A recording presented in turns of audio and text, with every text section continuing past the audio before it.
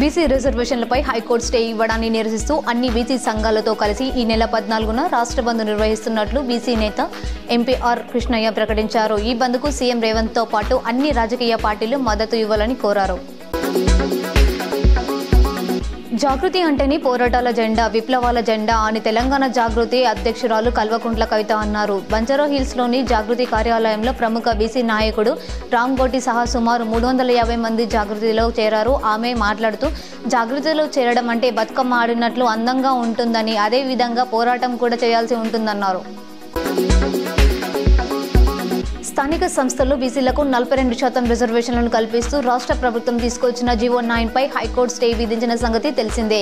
దీనిపై సుప్రీంకోర్టును ఆశ్రయించాలని రాష్ట్ర సర్కార్ డిసైడ్ అయినట్లు తెలుస్తోంది. స్టేను ఎత్తివేయాలని కోరుతూ స్పెషల్ లీవ్ పిటిషన్ వేసేందుకు సన్నాహాలు చేస్తున్నట్లు సమాచారం.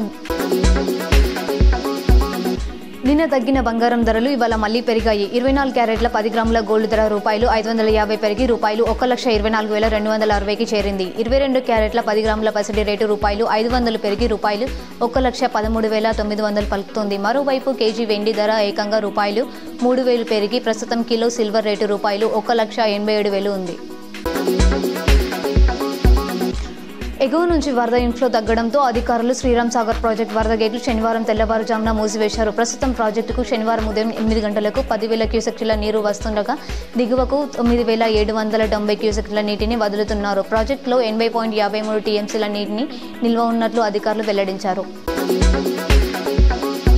బీసీ రిజర్వేషన్లపై హైకోర్టు గురువారం స్టే విధించగా ఆ ఉత్తర్వుల పూర్తి వివరాలు అర్ధరాత్రి అందుబాటులోకి వచ్చాయి. గడువు తీరిన స్థానిక సంస్థల పాత విధానం ప్రకారం రిజర్వేషన్లు 50% దాటకుండా ఎన్నికలు నిర్వహించుకోవాలని కోర్టు తెలిపింది. పెంచిన 17% సీట్లను ఓపెన్ కేటగిరీలుగా నోటిఫై చేసి ఎన్నికలు జరపాలని పేర్కొంది. రైలులో చోరీకి పాల్పడుతున్న నిందితుడిని అరెస్ట్ చేసి రిమాండ్కు తరలిస్తున్నట్లు నిజామాబాద్ రైల్వే ఎస్ఐ సాయిరెడ్డి తెలిపారు. రైల్వే పోలీస్ స్టేషన్లో ఏర్పాటు చేసిన విలేకరుల సమావేశంలో ఆయన మాట్లాడారు. మంచిర్యాలకు చెందిన షేక్ యూసెఫ్ రైల్లో దొంగతనాలకు పాల్పడుతుండగా అతన్ని అరెస్ట్ చేసి రిమాండ్కు తరలించామని చెప్పారు. తిరుమల శ్రీవారి భక్తులకు టీటీడీ గుడ్ న్యూస్ చెప్పింది. నూతనంగా నిర్మించిన PSC 5 వెంకటాద్రి నిలయం కాంప్లెక్స్ అందుబాటులోకి వచ్చిందని ప్రకటించింది. ఇది తిరుమలలో అతిపెద్ద వసతి సముదాయం అని 2,500 మంది భక్తులు ఉండవచ్చని పేర్కొంది. ₹102 కోట్లతో నిర్మించిన ఈ 5 అంతస్తుల భవనంలో డైనింగ్ హాల్, లాకర్స్, రెస్ట్ ఏరియాలు ఉంటాయని వివరించింది.